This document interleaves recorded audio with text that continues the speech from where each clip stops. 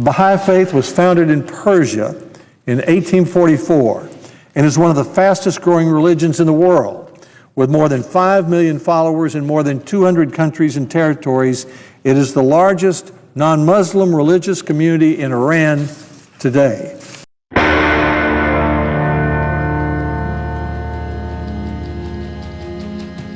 The Baha'i Faith is not widely recognized, yet it's thought to be one of the fastest growing religions on earth.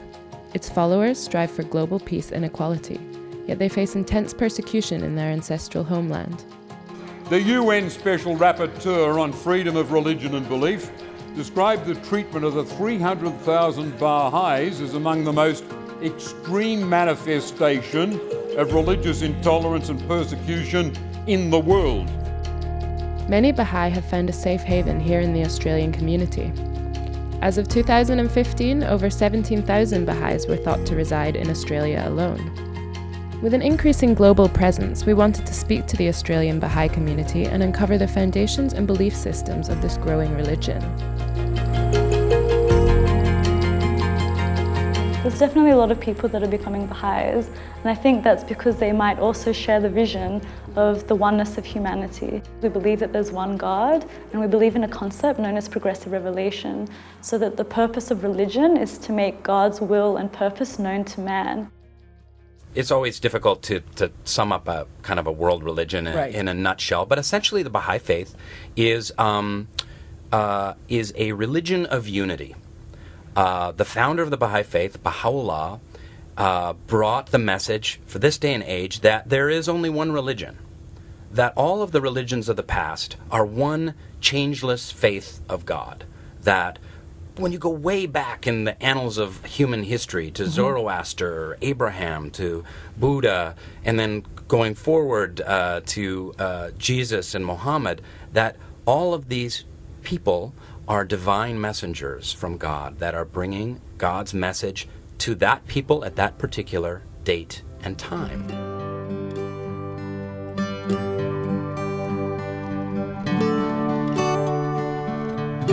So the temple started in 1957, and then it was built and finished in 1960. And the Baha'is in Iran actually wanted to build a temple or house of worship in Iran, but unfortunately because of the government situation they couldn't. So they actually sent the funds to Australia, and it was a gift both for the Australian Baha'i community but also for the general Australian community to have a place of worship, of prayer and meditation. Saba volunteers at the Australasian continent's only Baha'i house of worship, an impressive white structure that dominates the skyline of Ingleside in Sydney's northern beaches. It is one of only 7 Baha'i temples around the world, though an 8th is underway in Chile. Like the Baha'i themselves, the house of worship opens its doors to people from every spiritual background, and inside, the holy scriptures of all the world's major religions can be found.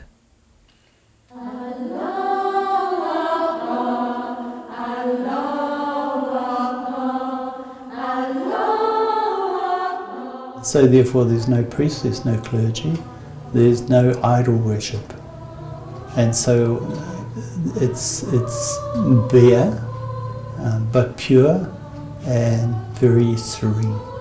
And I think most people, when they enter the building, they all come in how peaceful and serene it really is.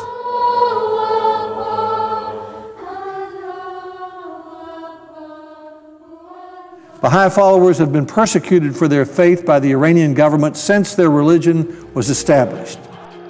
After the revolution in 1979, the government has had systematic persecution of the Baha'is, which has been in their policies. The persecution of Baha'is in Iran takes many forms. Reports show that Baha'is are arrested on false charges, those that persecute them are granted immunity, their graves are smashed and they can't bury their dead. Children are persecuted and discriminated against throughout primary and secondary school. They can't have their own businesses, and they are sacked from the jobs they already hold. The Iranian government is well aware of the value the Baha'is place on schooling. Thus, higher education is emphatically denied to Iranian Baha'is. In response, the Baha'i people took it into their own hands to educate themselves and created an online university called the Baha'i Institute for Higher Education.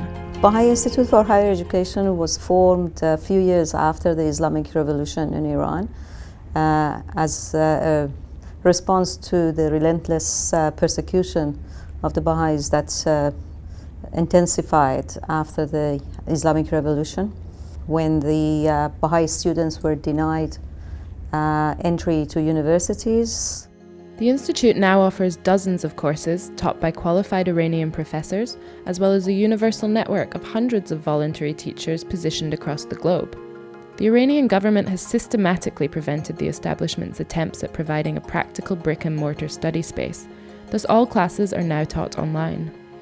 It's a bit hard to invest on facilities there because it's been invaded a few times. So they kind of looked at what would be beneficial for the career-wise, and also what can they practically offer. What has the Institute, the Baha'i Institute, done for you? And why do you think it's a necessary thing right now? On a personal level, has it changed your life? Definitely. Mm-hmm. I studied at BIHE, and then I got scholarship. I came here, and then just before I finished my degree, I got a really good job as well. So if I didn't study at BIHE, I don't know where would I end up. And the interesting part is that the government has always been aware of the BIHE. It's not as if that Baha'is have been doing this in secret. Nobody can do anything in secret in Iran. It's a police state, right? There's been so many instances in the last 30 years that the government has stormed into their classrooms, secret classrooms, and taken away their books and computers and burnt everything. And even they have jailed many of the local professors who teach the Baha'i students in Iran. Some of them are still in jail. But they will not give up. Baha'i youth in Iran, despite all the atrocities and discrimination, don't want to leave their country. They don't want to deny their religion to enter universities. And at the same time, they are passionately striving for higher education. So they embrace this challenge of studying in BIHE. Despite orchestrated and widespread attempts to shut down the Institute, it continues to grow in numbers, and its qualifications are now recognized in dozens of universities worldwide. And then the pressure from outside has always helped. So, for example, the Australian Parliament has many times in the past 30 years has passed resolutions condemning the human rights violations in Iran, in particular the Baha'is, many times. Many prominent international agencies have campaigned against the treatment of Iranian Baha'is, while numerous government bodies have condemned Iran's suppression of its largest religious minority. We spoke to former politician Bob Carr about why he felt compelled to bring up the issue during his term as Australia's Minister of Foreign Affairs. Do you personally believe that we have an obligation to confront human rights issues in countries like Iran? Yes, we're a G20 country. That means we're one of the 20 wealthiest countries in the world. As Minister for Foreign Affairs, I met leaders of the community who made sure I understood that among those who were being persecuted in Iran, first and foremost were members of this small, unthreatening community. And it seemed a grave injustice.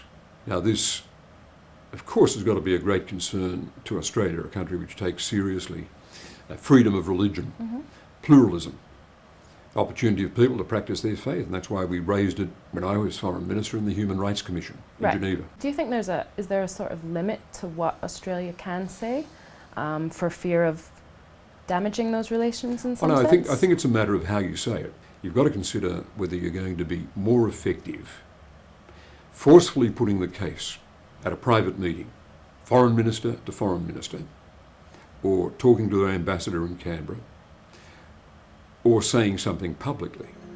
Both in Australia and in Iran, we've called for the protection and promotion of rights to freedom of assembly and expression, respect for gender equality, the repeal of the death penalty, and the rights of ethnic and religious minorities to be upheld.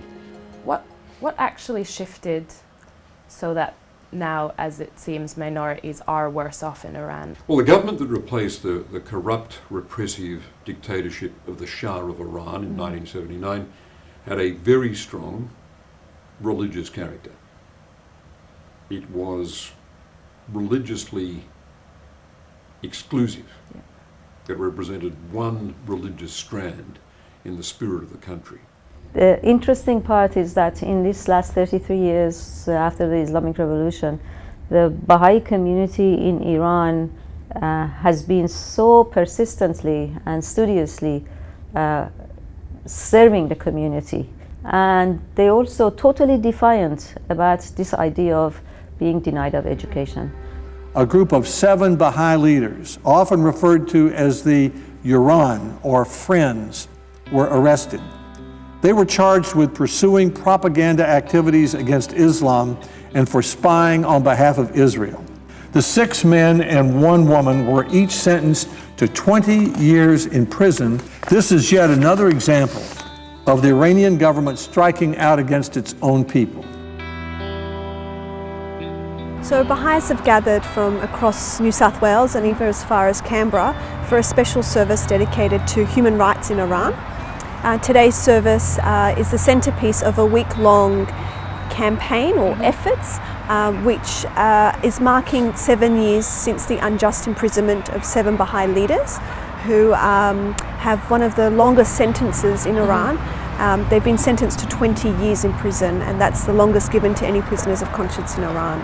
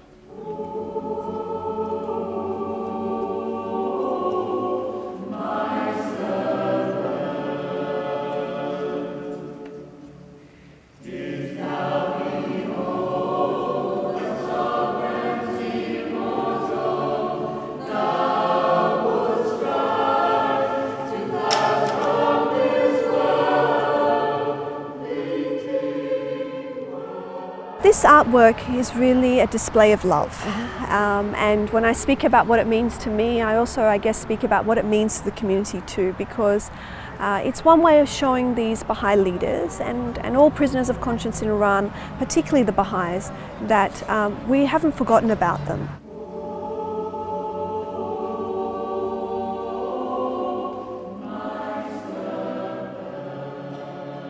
The Baha'i community is such a peaceful community. You know, we don't go out, demonstrate and burn buildings down. So, you know, this is our demonstration. And this is exactly what the Baha'i faith teaches: unity of religion, unity of mankind. And this is the core belief of the Baha'i faith: equality of men and women. You know, harmony between science and religion, harmony between people of all faiths.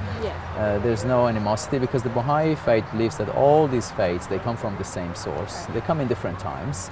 As humanity progresses, religion also should progress. And we don't live, you know, 2,000 years ago, 3,000 years ago. And of course, all the religions that came, you know, throughout the history, they did wonderful things. But as we change as human beings, the social teachings and religious teachings should change as well. And this is what the Baha'i faith has, which is quite unique and new: equality of men and women. I mean, how could we not have that in the world? So this really represents our love and connection with the Baha'i prisoners in Iran. And I'm the nephew of one of the Baha'i leaders. That's Saeed Rezai, yes.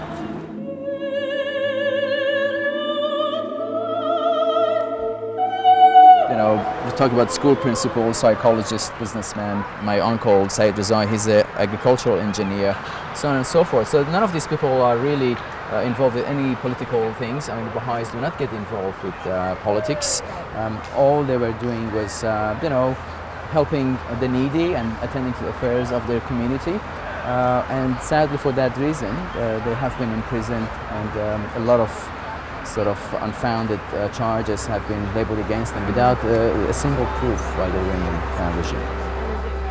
Look, I would advise the Baha'i people to take their case to political leadership in Australia even more vigorously than they've been doing. There might be a sense in which they're courteous, restrained, rather than forceful. Yeah.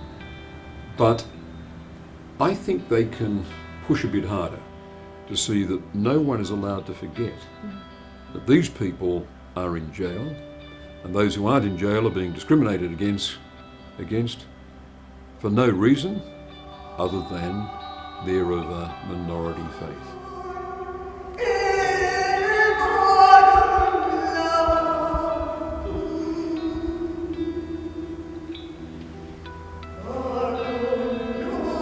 While society cannot expect any one factor to prompt an immediate turnaround on religious freedom in Iran, continued international pressure does not go unnoticed. Persecution in Iran has only worked to strengthen the resolve of the growing Baha'i population in Australia, who have vowed to continue working towards a unified future.